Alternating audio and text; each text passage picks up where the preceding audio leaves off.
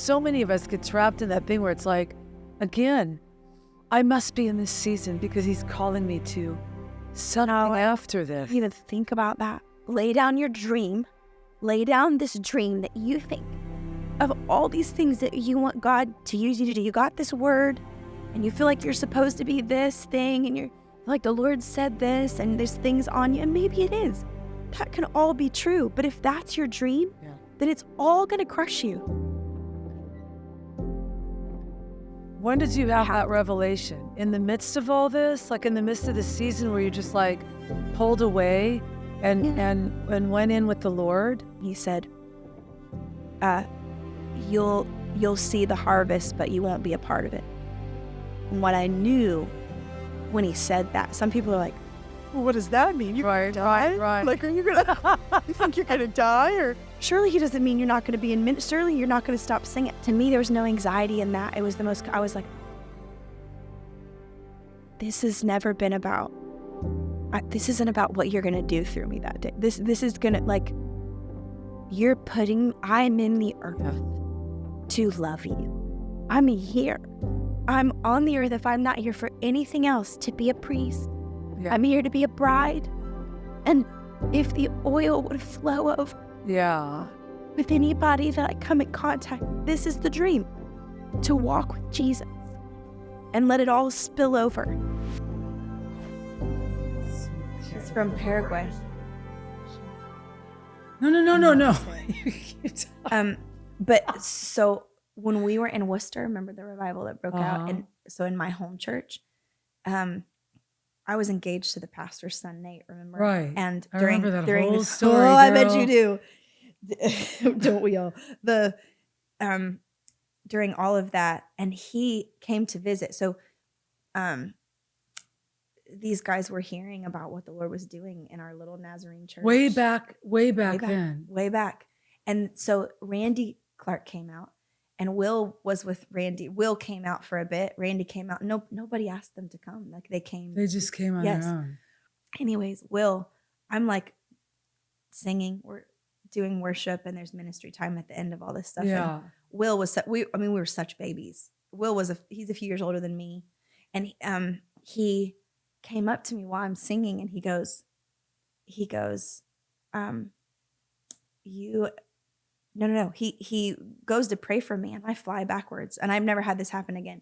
I fly backwards, like probably from here across to your hearts on your couch over there. Yeah. And that has never happened to me again since like that. It was so dramatic. I was almost up on the drum cage from the microphone. And I mean, I wasn't hurt at all, but the Lord, he didn't even touch me. Was he the one though that leaned over? He was the one that prophesied. He was the one that leaned over you. Was like looked up at the guy you were dating. He's like that. Him. Yes. So he goes. That's the story I remember. He goes, you and your husband have bread for the nations. And you're like And I was like, okay. And he looks at me and he goes, are you married? And I said, no, I'm engaged. And he goes, to who? Because, I mean, it must have been what he was seeing. We laugh about this now because he cringes because, he wouldn't have done it this way now. But he goes, I said, but I needed it to be cringy because I was going to marry the guy. And he's wonderful. We're still friends. Yeah, of course. But we'd have been stuck. Yeah, it was not, it's not what the Lord had. And he goes, I pointed to Nate and he goes, well, you and your husband have bread for the nations. And that clicked. I knew it. I knew it because deep on my insides, I had already been going, Lord, is this all that you've dreamed? Like whenever I think about you, I think about that story. I just feel like the Lord, the intensity of it, and he cut me off at the pass so many times in the most, spared me from so many things because I had such a hard time, being brave enough to like. Yeah, but the thing about you that when I think about you and the journey that God, I was also thinking, when did we meet? The first time. I don't remember. Well, I'll tell you the first time we met was when I was on tour with Jeremy, and it was in Texas. Okay. I want to say Jeremy and William, and I met you at a round table behind. I forget what church we were at, but you came to one of It the was nights. off one of those feeders. It was a feeder off was it Houston Maybe. or Dallas area? Yes. It was one of those. I want to say it was Dallas area. Okay. Because you were still in Texas then, I think. Yeah. But you came must have back been 13 or 14, somewhere around there. 2013, 14. sat down at the round table with us. In the back? All in prophety the back, in right? the back, and asked us the questions that you do. Very prophetic questions. And I'm like, yeah, no, it was amazing. Okay. And I was, what's so cool, Rita, is that I was pregnant. With Wonder. Uh-huh. How holy is that? Okay, so how old's Wonder now? 9. So it was probably almost 10 years ago. Mm-hmm. We didn't know I was pregnant yet, but I would have just when I met you. Yeah, I was trying to figure that out this morning. I was like, I don't remember like leaning in and shaking your hand, kind of a No, meeting it was across moment. the table. No, So, not really. but I do remember that event with Jeremy. And then after that, Gathers, you came out to dive a couple times, I think, and ministered. And I would see in Reading. So but I was like, I don't remember where that's not always the case with people because I usually can remember. But your journey, like when I think about you, Steph, and your journey, I am like, there's an envy sometimes with the way that you've, and I guess with me too, but you have like seen like certain revivals, certain hungers. You have it in your DNA. I can't tell you that in my 20s, I, outside of what was happening in the Vineyard movement, being down at the stream in the middle of worship in the realm of it, I was on the sidelines watching it kind of happen.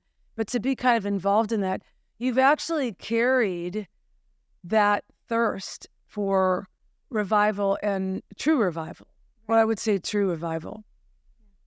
And I just was like, wow, I mean, like what a legacy to be walking out, a hunger for the Lord, and you won't sell out. That's what I love about you.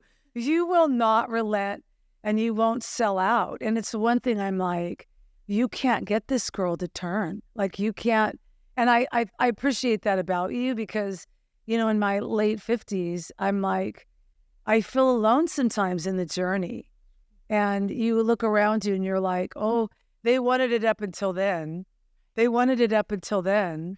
And so it's been a very, very lonely road for people who really want the presence of the Lord.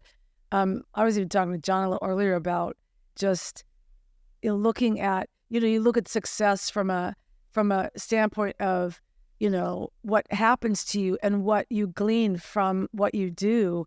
And my success has almost been internal, where it's like, well, it's not really popular to drape yourself over broken people. You know what I'm saying? Because if I didn't drape myself over broken people, I'd probably sell a lot of records. Yeah. You know what I'm saying? But there's that thing where it's like, you either go to that stream or you go to that stream. And it's a lonely, it's a lonely road. You know what's so sweet though? Like I remember when revival broke out in our little Nazarene.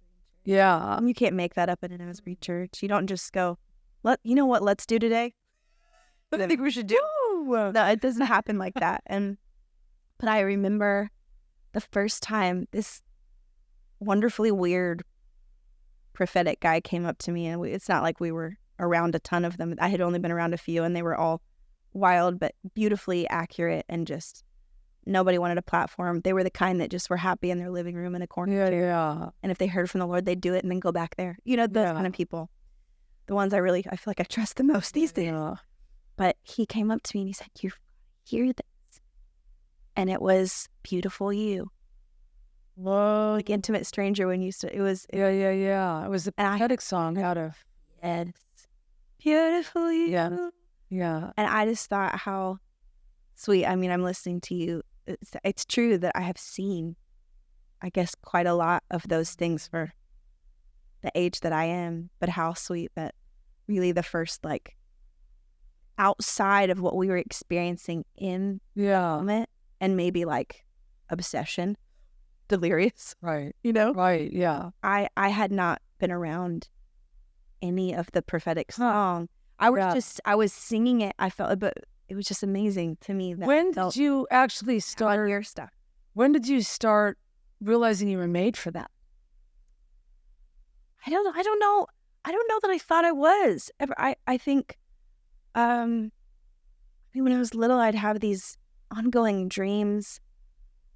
I didn't. I told you about this, right? For a place, like, it was an ongoing place. I started having them when I was like 7, and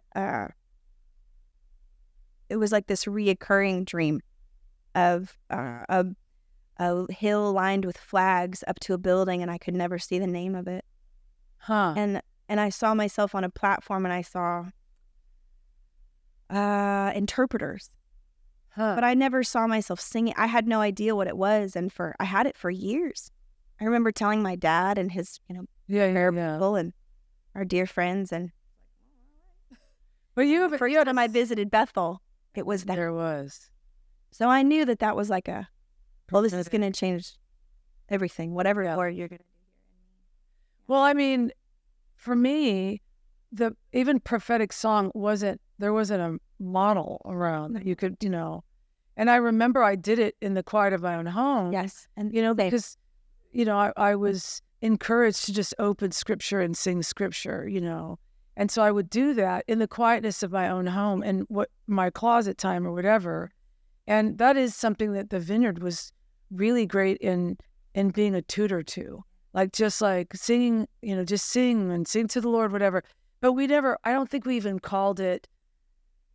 I mean, I didn't hear really the term prophetic song until I was in one of the Vineyard School of Ministry, and more like what BSSM was back in my day. And we went on a mission retreat with the school, and we ended up at the Metro Vineyard in Kansas City when they did it.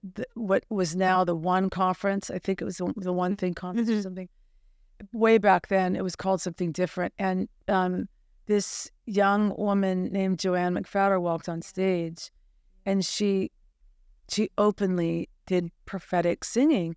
And I remember I'm 25 maybe, and I'm sitting in that massive stadium, and I'm looking at her clear down, on the stage, and thinking, that's what I do in my closet. And all of a sudden, there was a recognition of I was actually doing something that ministered to the Lord, And it feels like it's the crossover.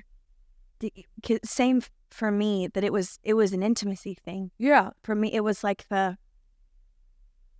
before I'm singing a song that I know, and before I know it, I'm singing. Yeah. Whatever's coming. Yeah. It's like, Yeah. I have a friend that says you're not really praying until you forget you are.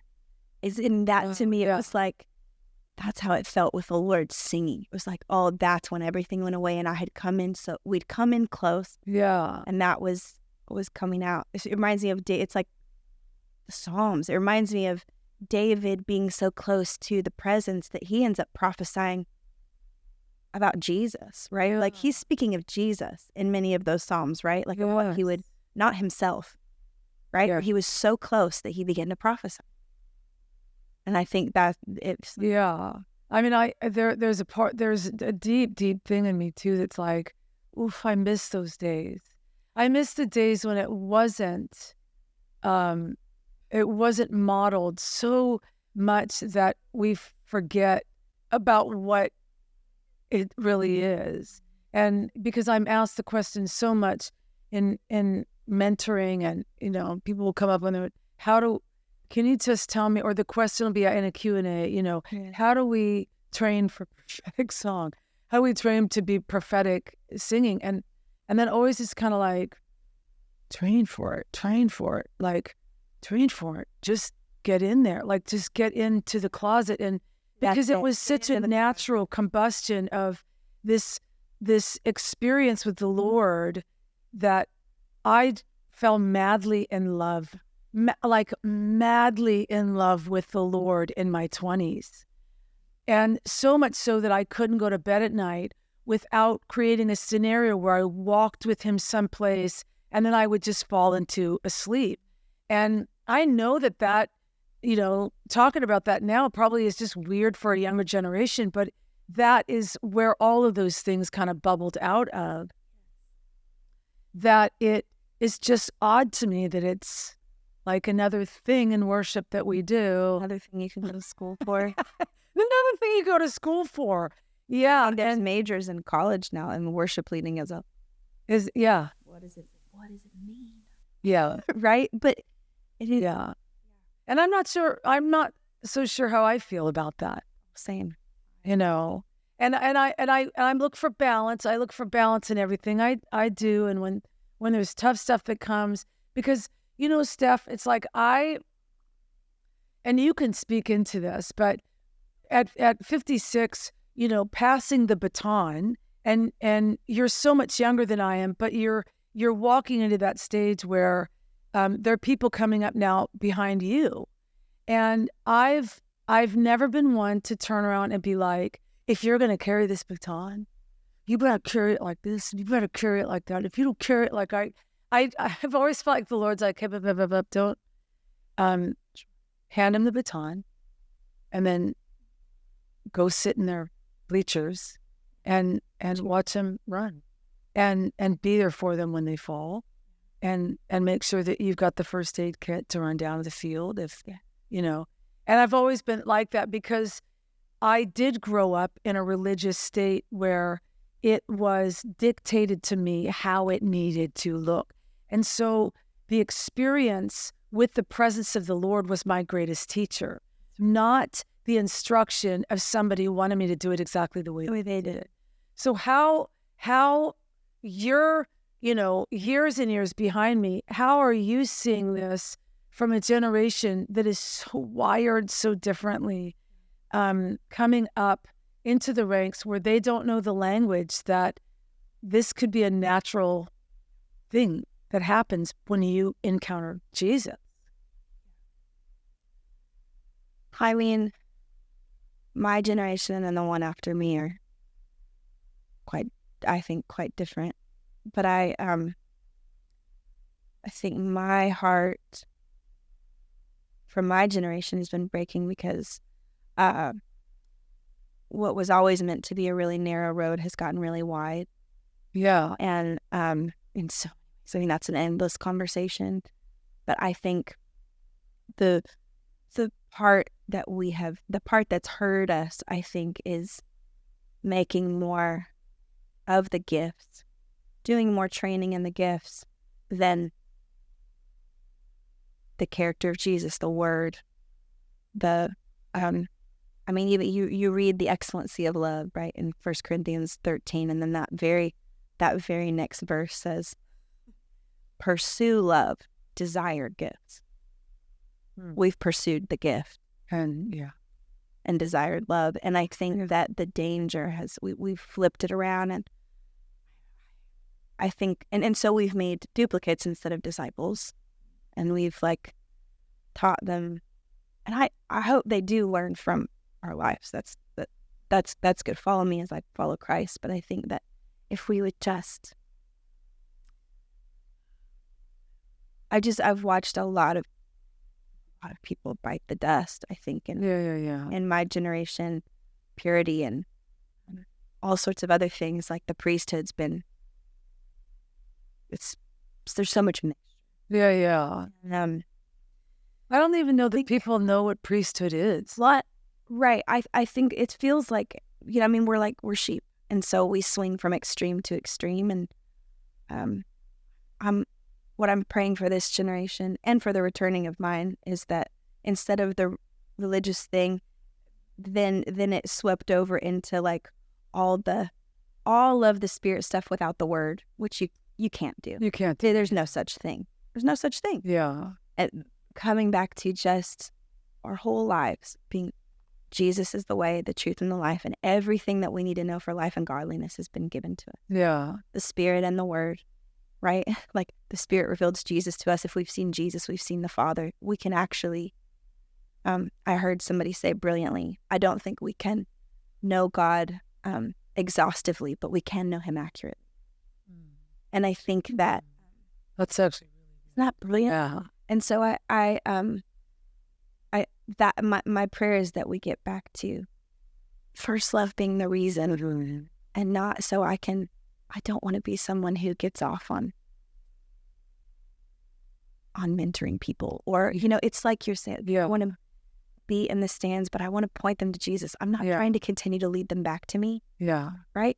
Being there for the ones who are younger than me, walking with them, but not needing to be their solution. Yeah, and I've noticed too, in the baton handing over, it's not really about it. I think the role of that isn't, just be supportive of however they run the race. I think it's the only reason they're wanting the baton I'm handing them is because I've done something that they actually are looking at being like, that's valuable. That's been run well. I want to do this. And I think that's why I've stuck around. And, I've spent a lot of time mentoring in the last 2 years. And honestly, it's like, I love to lead worship. I love being in the presence of the Lord. But the act of actually, creating a set, doing all that kind of stuff. Sometimes it can be a little bit labor, and I'm like, just put me in my closet. I could do that. That's a piece of cake for me there. But when I get off an hour of just talking to somebody about Jesus, I find myself. It's kind of I've sometimes I feel silly talking about, but yesterday I had a full day, and at the end of the day, I find myself so weepy because I'm like, I've spent 6 hours talking about the Lord, and it's just different than spending just an hour leading worship for an event, which is beautiful and great. But I'm like, this is why you discipled. Like, this is why you discipled people. And I'm so aware of that every time I mentor, and you see the lights in people go on. And I'm like, that's why I'm doing this. And I've actually, caught myself saying that out loud. I'm like, this is why I'm doing this, because you just caught that. And if you can catch that, it'll change everything about the way you see Jesus, and I realize that's why I came to know the Lord. And that's what I feel like is so missing in the handover of this art or this creative thing that I love to talk about too, but not everybody wants that. And I feel sometimes, and maybe you can even speak into this, it's like, what's missing if you're talking about the love versus the gift? I don't see people wanting the love. And love is what people are missing. But when you talk about the gifts, everybody wants to be there, but when you just want to talk about just sitting in the presence of the Lord, what's missing in this beautiful thing we call the church, where love isn't run after with everything in us? And I think about it a lot. I mean, like we think about just always, you're always like thinking and praying as you go during the day, and just I can't help. I mean, the first thing that comes to mind is humility.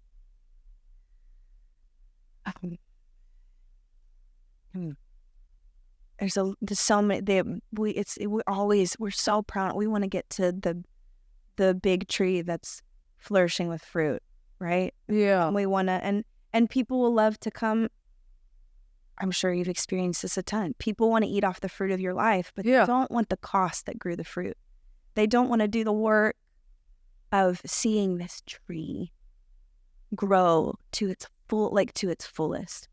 Because the Lord does things in seed form because he's so wise and he's more humble than we are. Yeah. So my friend Liz always says he's humble than we are. And he came to show us how to be.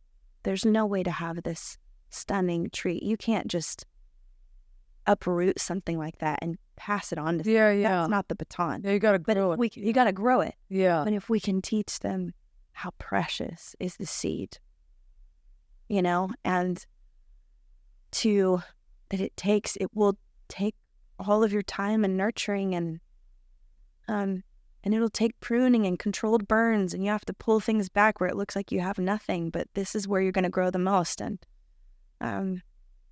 it doesn't happen overnight. But if we can get them to, if we can keep pointing them to Jesus and a real encounter with them that I can't give them. Right. I can't give Right. They can watch and I can remind them, you can watch 1,000 YouTubes and 1,000 preachers that have fruit in their lives and that are motivated. It's great. And maybe they have oil, but they can't give it to you. And I think like what I'm desperately praying, in the nights for my kids is that they'll learn how to buy oil for themselves by watching my life, not just listening to me talk, and not just listening to the music that I make that they love, thankfully. But I want them to see me buying oil when no one's watching. Yeah. And everything flows over from that. And if I can teach people that Matthew 6 place, when you pray, go in your room and shut the door. Yeah. Pray to your Father who dwells in secret. Yeah. Yeah. Yes, we meet with God in rooms full of people that love Him. There's a heavenly aspect to that, right? It's beautiful. Don't forsake the gathering. Like that's holy, and there's a lot of that needs to be heard right now. Yeah. Yes, gather, be a part of the body, but that won't do anything for you. It won't save your soul. It won't cultivate intimacy for you. Like if we can teach people how to close their eyes again instead of walking into church and just watching everything or turning on YouTube and filling their gaze with someone else's experience. If we could, I've never done a live recording, but I'm supposed to, I think, but I'm not going to film it. And it's not because I'm so thankful we've been able to see. Yeah. I think that's been crucial. Yeah. But I also think that we've let it become, again, the extreme, right? So I want to hand my kid an album like when I heard yours the first time. Yeah. She has to. Yeah. None of that was. No. But I want to be able to go, hey, this. Yeah. Close your eyes and you're going to end up on your face. Yeah. You get to feel it's like going to bed. And I did the same kind of things and just closing your eyes and going somewhere with Jesus, like letting the word be the narrative. Yeah. Letting no wonder there's so much anxiety. No wonder there's so much other crap in people's thoughts. And I think everybody should have counselors. That's biblical. I think everybody should. Yeah. Counseling. I believe in that. But when it replaces the narrative of the word, that's when we have anxiety. If this is the narrative, there's room for the other stuff. Yeah. And so in the training and the discipling and I don't even know if I'm answering your question. No. It's all connected to me. I think that to me is I'm trying to just point people back here. And when they're really pushing for how do we walk in this? How do we do this? I'm like, forget it. Yeah. Forget it all together. And lay down your dream. Lay down this dream that you think of all these things that you want God to use you to do. You got this word and you feel like you're supposed to be this thing and you're like the Lord said this and there's things on you and maybe it is. That can all be true. But if that's your dream, then it's all going to crush you. And how many times have we seen that in the last 5 years? And I'm just going, Lord, if I can go, this is not the dream. He is. Yeah. Jesus is the dream, because when all that is done, you're going to lay your head on your pillow at night. And whether you ever become this, whether you ever become this or do this for God, it will never outgrow what He means to you. Yeah. Nothing you ever do for Him will ever outgrow what He means to you. It won't become out of balance, because that's the place you'll crave. Because He's satisfied it. He has satisfied it. So before doing any of those other things or even attempting them, living from that place, when you don't care about that anymore, I bet you He'll lead you right to. We stop. You know what I'm saying? Yeah, I do know what you're saying. I mean, it's there's a lot of things flashing in my head just kind of, I think, in the revelation of when you do get him, I got him really early on, and like in the bones. And I'm actually really thankful for movements that come in and out of the church, because I gleaned a lot of that, the holiness movement and certain things. I remember my best friend at the time and I were John Wimber and I don't know, some of the other, renowned kind of prophetic voices of that day. We're doing a conference in the Seattle area when I lived in Seattle, and they were teaching on the nearness of God and the holiness, but the nearness of God. And we had left this meeting and we walked across the street to our hotel room.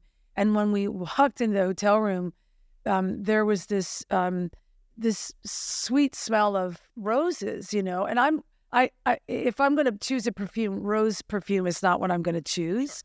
But when you're in a rose garden, that's a much different smell than a diluted kind of fake scent. Yeah. And I knew I could feel the Holy Spirit, but I didn't say anything to her. And we merged into the elevator, and it got stronger and stronger. And almost we were kind of actually quite dizzy. And we looked at each other, and I'm like, "Do you smell what I'm smelling?" And she's like, "Yes, I think it's the presence of the Lord." And I'm like, "I think it's the presence of the Lord too."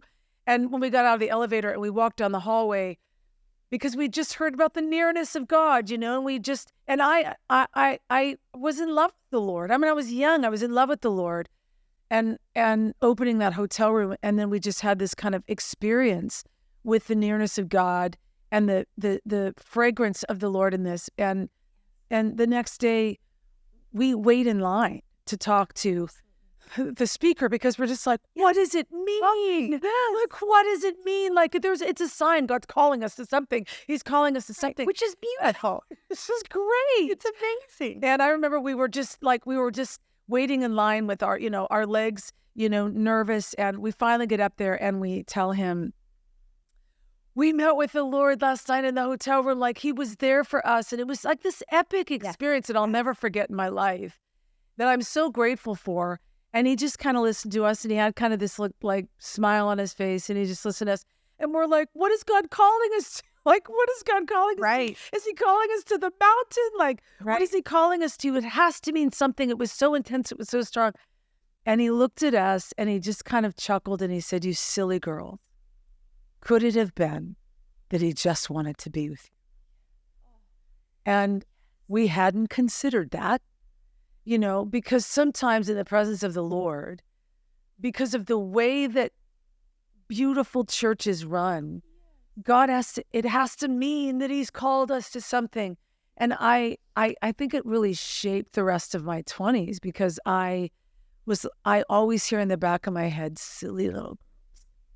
Could it just be that he wanted just to be with you? And I have to take myself back there, even in, I think last year was the hardest year I've had in my whole life. And I had to remember, silly little girl, even in the midst of which you cannot explain, and that he's not actually delivering you out of. Could it be that he just wants to be with you, even in the midst of it? And Brooke and I wrote a song, and she had come over here to write a song. It was the last song on this record, and I was just with her last night doing vocals for this song, and Brooke, she's just she's so traditionally, like, she'll bring you right back to she'll bring you right back to scripture and right back, and I can tend to be super poetic in how I write songs. And I remember she said to me, "Have you partnered with God in his suffering?" And I'm like, "Well, yeah, I mean, I absolutely believe in that. I love that." And she said, "Yeah, but have you asked him to be without water, invited him to be without water with you in the desert?" And for some reason, I was like, partnering with the sufferings of Christ, yes, but then really intentionally saying, "Can you come with me? And instead of delivering me out of it, just sit here with me in it and partner with me while I suffer." And that's the song we ended up writing. Just this, hey, I'm going to partner with you in this. I'm not going to struggle. I'm not going to fight with it. I'm just going to, because silly little girl. You know what I'm saying? And I do think that, we've forgotten that, but I don't forget it because I had the experience. Like the first album that I ever recorded was Created to Worship. We didn't have cameras. Like, so when you're saying that, I actually understand that, because that wasn't even a freaking concept, Steph, to film it. It was the experience that people were having while they were there. And I will still have people come up to me being Created to Worship, that record. And I can't tell you, have a couple pictures from the night. Right. But nobody had a video camera on their phone. Well, I didn't know what you looked like for years. Exactly. You know what I mean? I couldn't have told you who sang any of that. Right. Yeah. And you're beautiful. I'm glad I know you now. But it was a gift. Yeah. Yeah. I had to go to Jesus.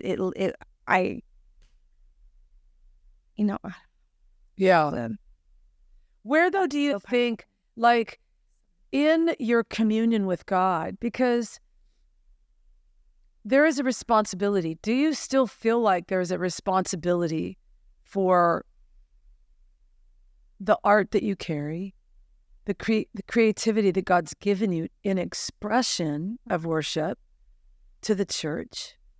What is your responsibility to a generation outside of the main thing, which is the main thing? What's the responsibility in our creative expression to worship and to how we're writing songs and how we're leading people into the presence of the Lord? Right. I think that there's some that's the same for everyone, right? I think where it comes from should be the same for everyone. I think we're in a bit is nice. We're in a really tricky time for artists who also are worshipers that want to do both. It can get really hairy in between. Yeah. Not that it has to, but it has. Yeah, it is. It is. and it's gotten really difficult, I think, to know what to call things and how they should look. And I think I've had so many dreams and even words at times about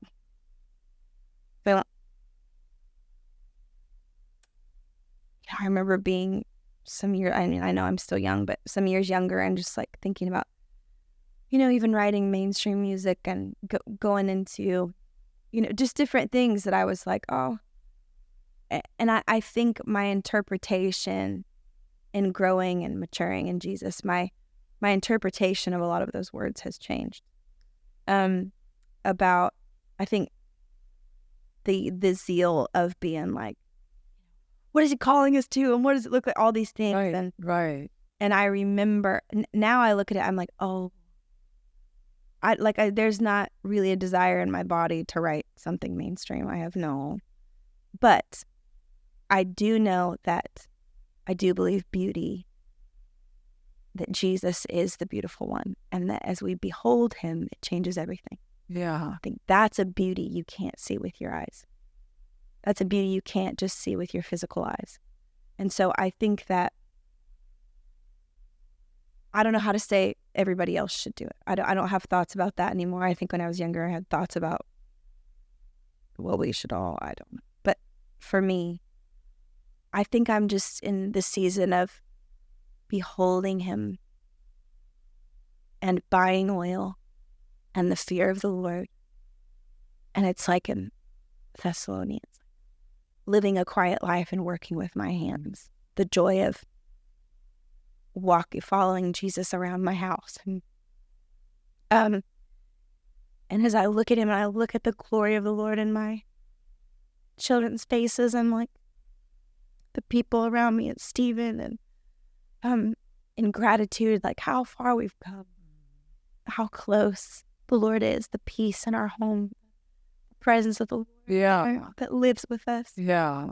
And I think the more my joy is just in him. It's in following him, just following him around, that my heart wells up. When it's like, oh my word, I need to make something. Oh my goodness. I'm not going from project to project. And like, probably a lot how you do. It's like all of a sudden I realize these songs that have been coming up in me are not for the sake of making it out.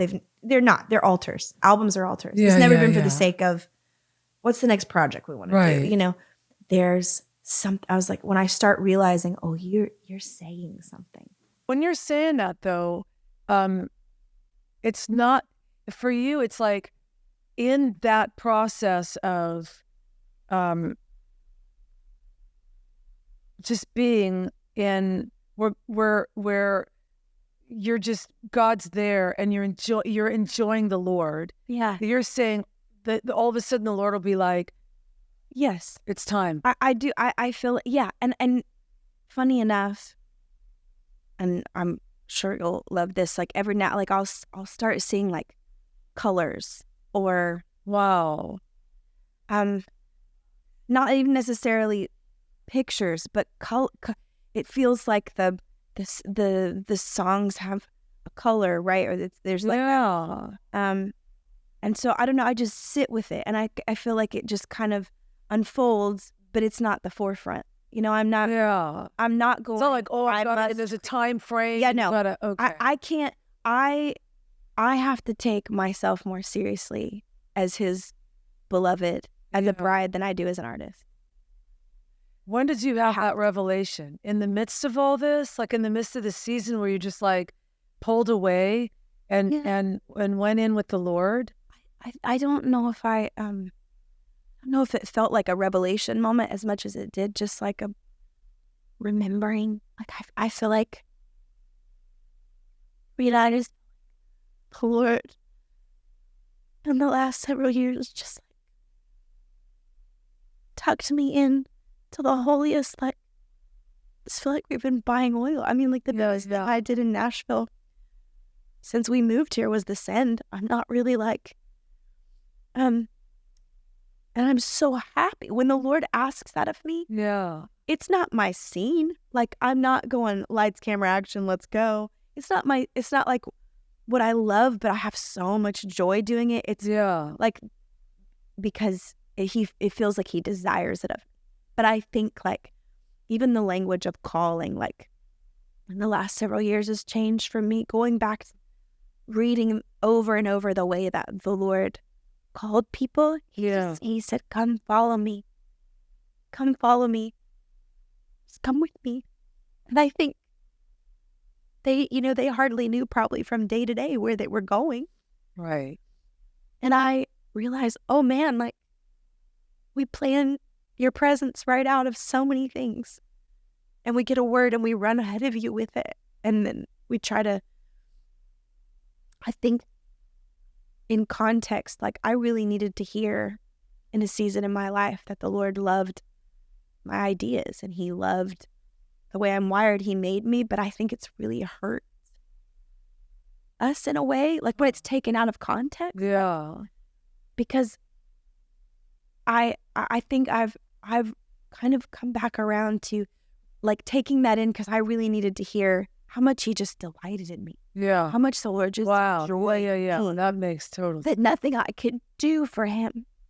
Nothing. It's just like what he said to you. There's nothing I could do for him that he wanted more. No reaching all these people or influence that was ever going to move him more than when I would just sit and turn on my affection. Yeah. And I'm like, and that has become more satisfying to me. And I think as the Lord is satisfied, the deepest of places on that, the things that weren't really his dreams or his interpretations are just, I stopped asking, I think, the wrong question. And I think stop trying so hard to become what he wanted me to be and just to be with him. And just asking him to do the work of the cross and like grow me up.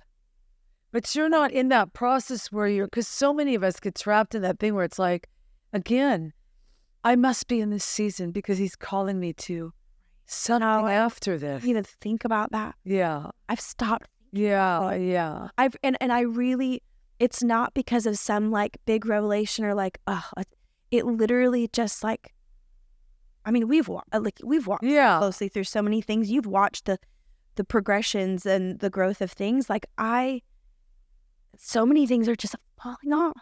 They're just falling off. Like, and the fear of the Lord is replacing the fear of the other things.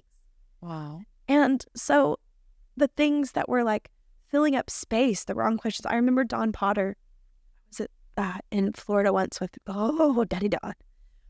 I had this moment with him.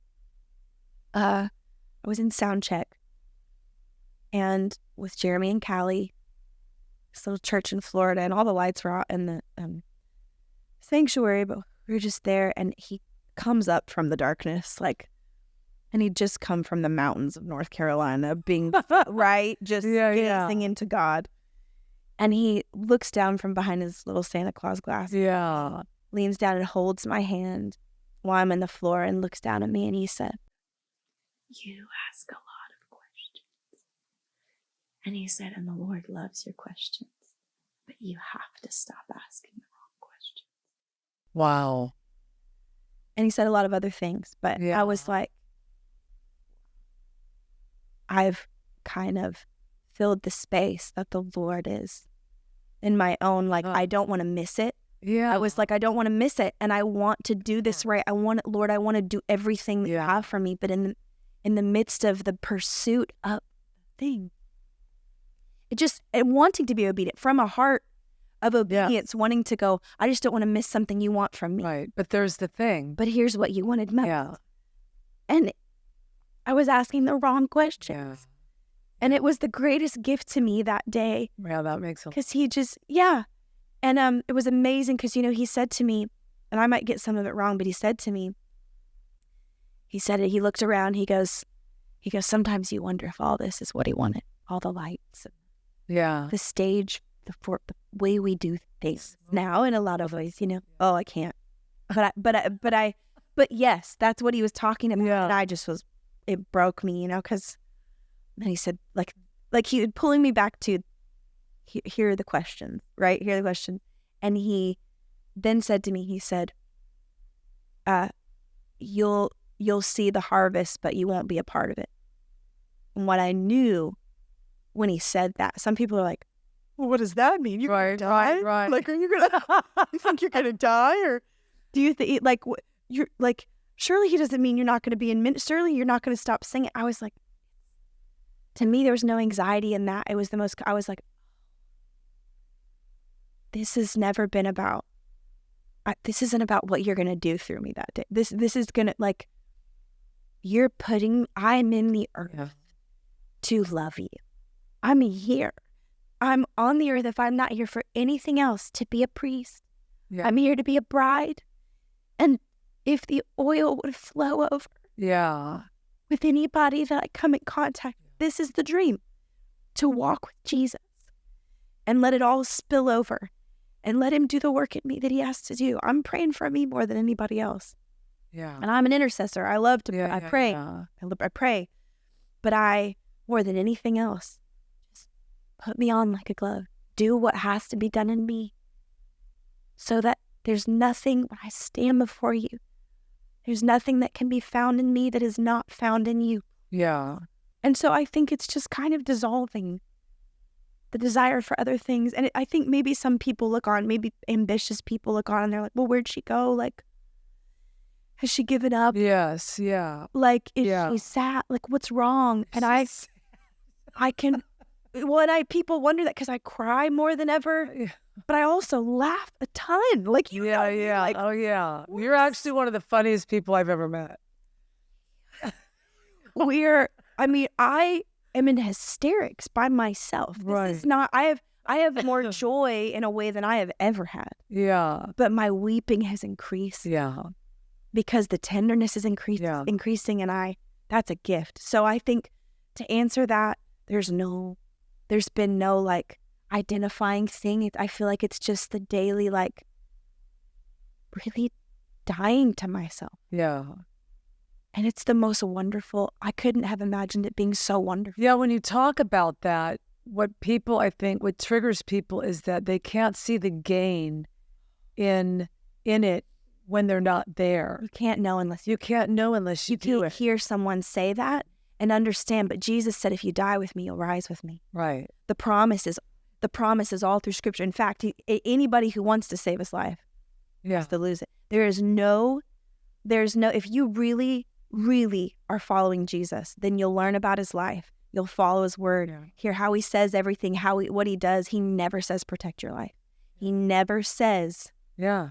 He never says any of the things that have become all of our popular buzz language. Right. Never. Right. He doesn't put self at the front of all of his conversations, self-aware, self-talk, self-this. Too much self. We're doing way too much self. Yeah. We've let the wisdom of the world leak into our walking with Jesus. I'm not saying it's not meant to be a gift. Right. Serve. Right. But it's replacement theology now, and it's replaced first love. We're now going to other people to talk about Jesus instead of going straight to him. Nobody knows how to. Nobody's such a strong word. I'm in a passionate moment.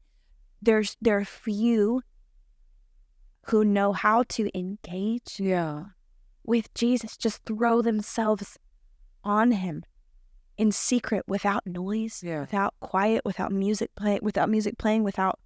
Right? Yeah. Okay, and then we're forced with the lack of stillness on our inside, and so then we got to get it gone. So we put on music again, or we put on this thing again. Instead, Michael was talking the other day about he's like, if we would just wait past that place in secret. So many people get busy in their thoughts. They try to sit in silence with the Lord or read his word. Yeah. They get anxious or busy, and all this stuff comes up. He's like, if we would just realize this is the gift. All of it is coming to surface because the Lord knows he's loving that we've showed up and that we're here, and now we have to let all that stuff go. But usually people flee around that point. But that's the thing, or we fill it with something else, and it's if we just like if you just hung in there, if you just hang in there, what's on the other side of the dying? Yeah. There's always been this need in me. I've actually said it. When you're trying to explain something to somebody, and you know that they're not catching it because they've never waded past it. Right. And there's just this, I just wish that there was a zipper where you could just unzip your soul and just be like, this is what happens. I know. But they can't have your experience. And I tell that to Justice all the time. I'm like, I'm not going to shove Christ down your throat.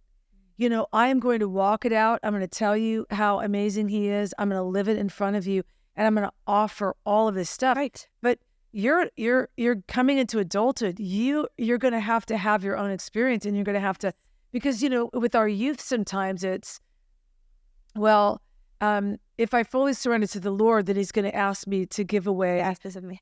And it's like, oh my gosh, like you only knew. If you only, and that's where it's like, oh, I just wish I could open up myself and be like, see here, this is how he is. This is why you should stay and get past that. Yes. But when you're on the ledge, when there are people that are on the ledge and they think that dying is better than living, you can't convince them. No. Unless you get them past the point of wanting to die. No, and there's no power in that conversation.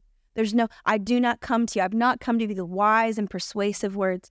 I am talking less, I feel like, than I ever have, except about Jesus. Like you're saying, just came off that call 6 hours. And I think I'm looking at Wonder and I'm going, sissy, people are mean. Yeah. People don't love Jesus. People will say they love Jesus who don't. Yeah. People who really love Jesus are going to make mistakes. I'm going to be repenting to you for my whole life, for your whole life. Yeah.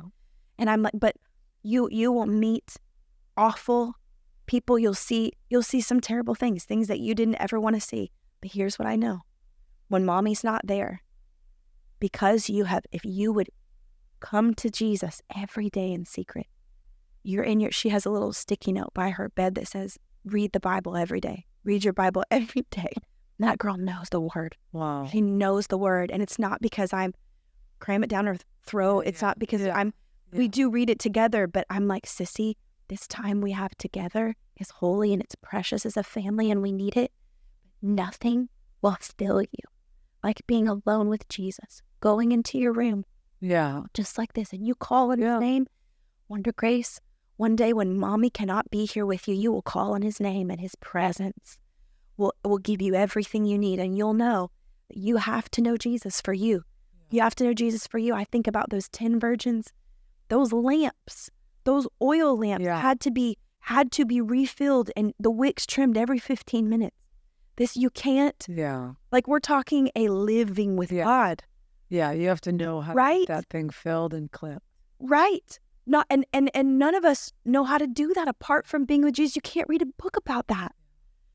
And so it's like, even with the younger people that I've had some adults that are years ahead of me ask me to mentor them. I'm like, I don't know that you need that from me. Like, I'm really honored, and I'm really blessed that you recognize what the Lord is doing. Yeah. That's beautiful to me, but I don't know.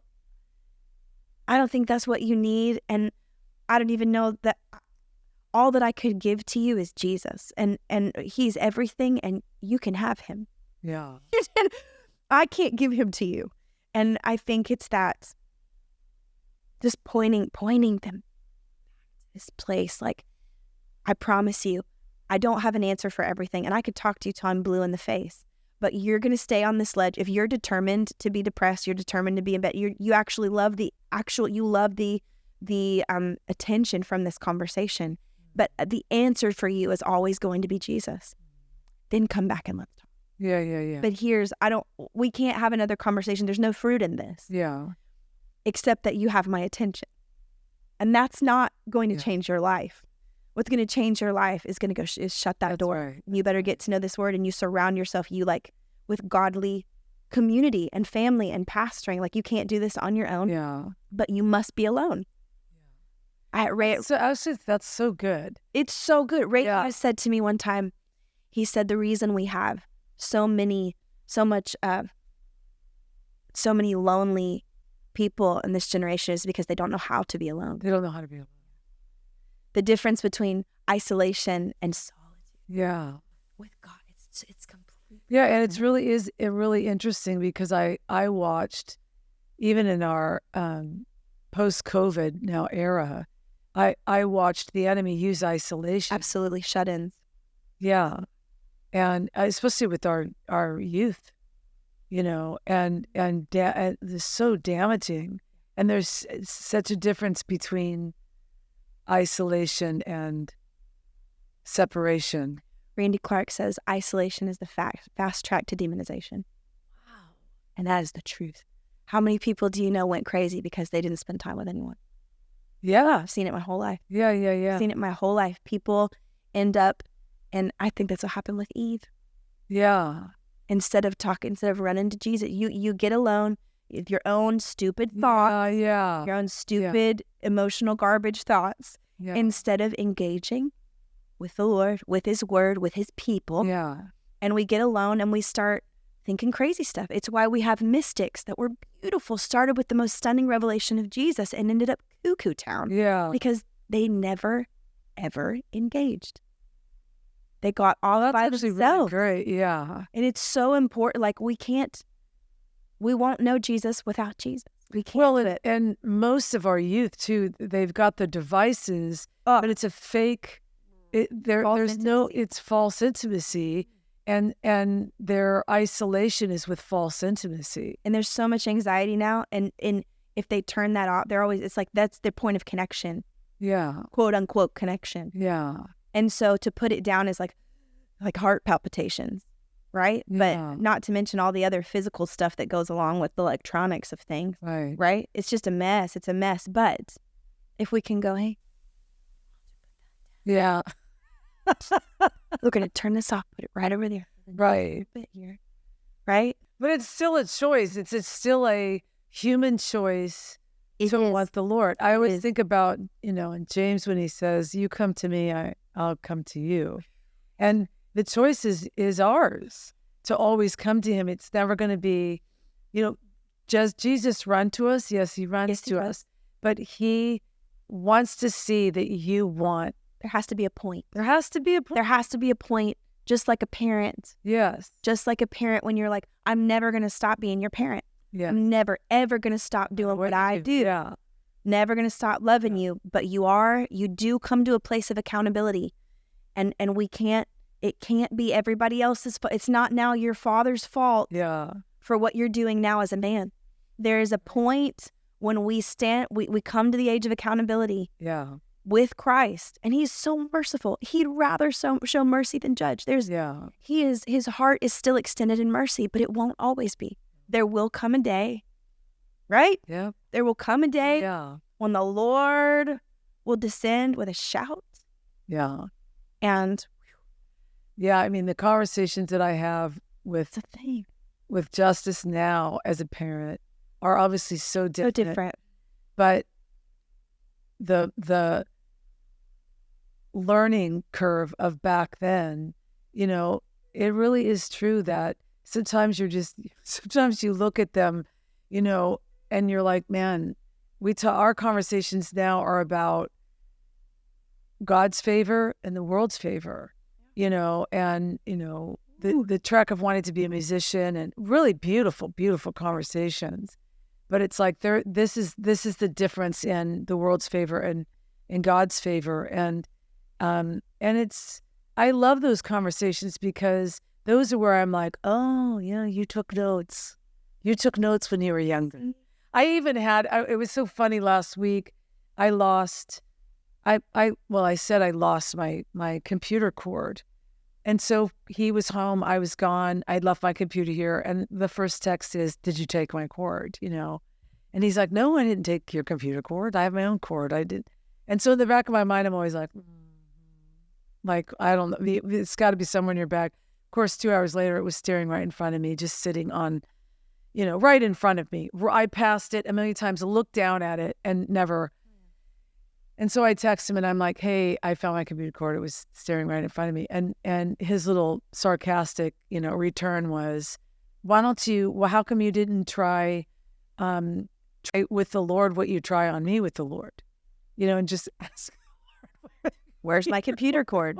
And it was so good. It was like, ooh, it's just like an arrow right to my heart. And good. I was like, oh, I love that sarcasm in him. That was a good one. But I was like, oh, you are so, you know, it was just one of those things where I'm like, he knows all I would have had to have done was ask the Lord where my computer cord was, and the Lord would have been like, right in front of you. Right in front of your face. But I didn't. And it actually caught me. And I was like, I didn't. But when it comes to you, you know, I will ask the Lord anything about you and he will tell. You know what I'm saying? Absolutely. But I just like, okay, he's got it. The Lord waters those seeds. And that's what I love when you describe it as a seed. I remember having a massive conversation with the Lord when I was living in Dallas, and the Lord just showed me, you know, a farmer's hand and seeds in the hand. And he just was like, the seed will do nothing in the hand of a farmer. It won't do anything. He said, isn't that miraculous? Seeds in packages will stay as seeds in packages. If you pour them into the palm of your hand, there's no soil in your hand that will grow a seed. A farmer knows that a seed has to be only put where a seed can actually flourish and grow. And he's like, Rita, there are things in your life. I mean, back then he was, you know, it's like there are things in your life. You keep them right here, but you refuse to plant it. You keep it right here, but you refuse to plant it. You know everything. You've read the package. You know what the seed's going to become, but until you put it in the ground and let it give way to what it actually naturally is there to give way to, it will never become anything, which is kind of magical when you think about that little piece of nothing is nothing in our hands. But when it's put in the ground, it has the ability to actually become something. Unless the seed goes into the ground to die. It'll never be anything. And we live, most of us, with the knowledge, most of you out there that love the Lord, that have or carry any kind of faith at all, understand that until you actually choose to do it the way the Lord's asked you to do it, it's going to cost you something. But when you get to the other side of it, there's something that you find where you can have the most obliterating season of your life and know that you know that you know that you know that you know, I'm not I'll go down with the ship. You know, And I'm not alone. and I'm not alone because he's with us. yeah. And I although that's the hardest sermon to preach, because you're preaching to hard humanity, and humanity that's been raised by Self-preservation. self-preservation. Everything right now. Yeah. And he never, ever, not once, teaches that. No. Why do we think that he has? Well, I think it's like anything else. I think whatever holds our gaze will eventually hold our hearts. And I think that we've given too much time to other sources. Yeah. I think we've just given too much attention to a worldview of healing and wholeness. Yeah. And it's why all those practices there's no end to it. Only Jesus transforms lives like that. Those things are so helpful. Yeah. You have, but they're not the source. Yeah. Only Jesus heals people. Yeah. Only Jesus can heal us from the kind of things that happen in this life. And I think about, even you're talking about favor, I mean, it applies to everything, but I kept thinking about John 10, where he says, I'm the door. Jesus is the door, and he's the shepherd of the sheep. Yeah. And anytime we come around any other way, we're thieves and robbers. And we might end up in the pasture for a bit, and we might have gotten in, and we feel like it's the blessing of the Lord, or we feel like we've, because we've, at first it can look kind of similar. There's good stuff's happening, but quickly we find out there's no protection from the shepherd. There's no protection from all the other things. There's no peace. There's no real green. There's no I just think we have to go in through Jesus. It has to be his way. Yeah. And the beauty is, he is the way. So we're never without. Yeah. We're just never, he will never leave us without. Yeah. It's all addition. It's all an addition, Yes. I'm always drawn to, the Gabriel's invitation and his proclamation to Zechariah. Not one single thing he said was bad. You know what I'm saying? Right. He comes to actually give the answer and be like, oh, the Lord's decided to answer your prayer. And he's not even just gonna give you a baby. He's gonna give you this amazing guy who's, gonna just preach the gospel and make a way. And Zechariah's like, now? Because self and disappointment had bruised him. And he had to actually be mute so that he wouldn't. Yeah, I'm not going to I love you. I'm not going to let you screw this up. I'm not going to let you screw that. Even those things, we would stop praying away so many things. Yeah. Right? Yeah. We would stop praying away so many. We would stop misunderstanding, I should say. If we would just fall in love with Jesus again, and he would become everything. We would stop misunderstanding the times and seasons that we're in. And we would stop praying away the thing that has become the gift. Yeah. And I'm not saying sometimes we contend and deal with stuff. I'm not talking about that. But then we'll know what battles to fight and what not to. Yeah. It's the sweetest thing. I'm just sitting here in that scripture because I've just sat with that scripture. So because there's a beauty in that of God understanding why we get disappointed. Like, absolutely. I love that scripture sets Elizabeth and Zechariah up. Luke chapter 1 sets Elizabeth and Zechariah up as they were after the heart of God. Yeah. Like it sets them up before the story ever goes. They were blessed in the sight of God, but doesn't talk about the disappointment in his guts until the angel shows up and says, God's decided, now's the time.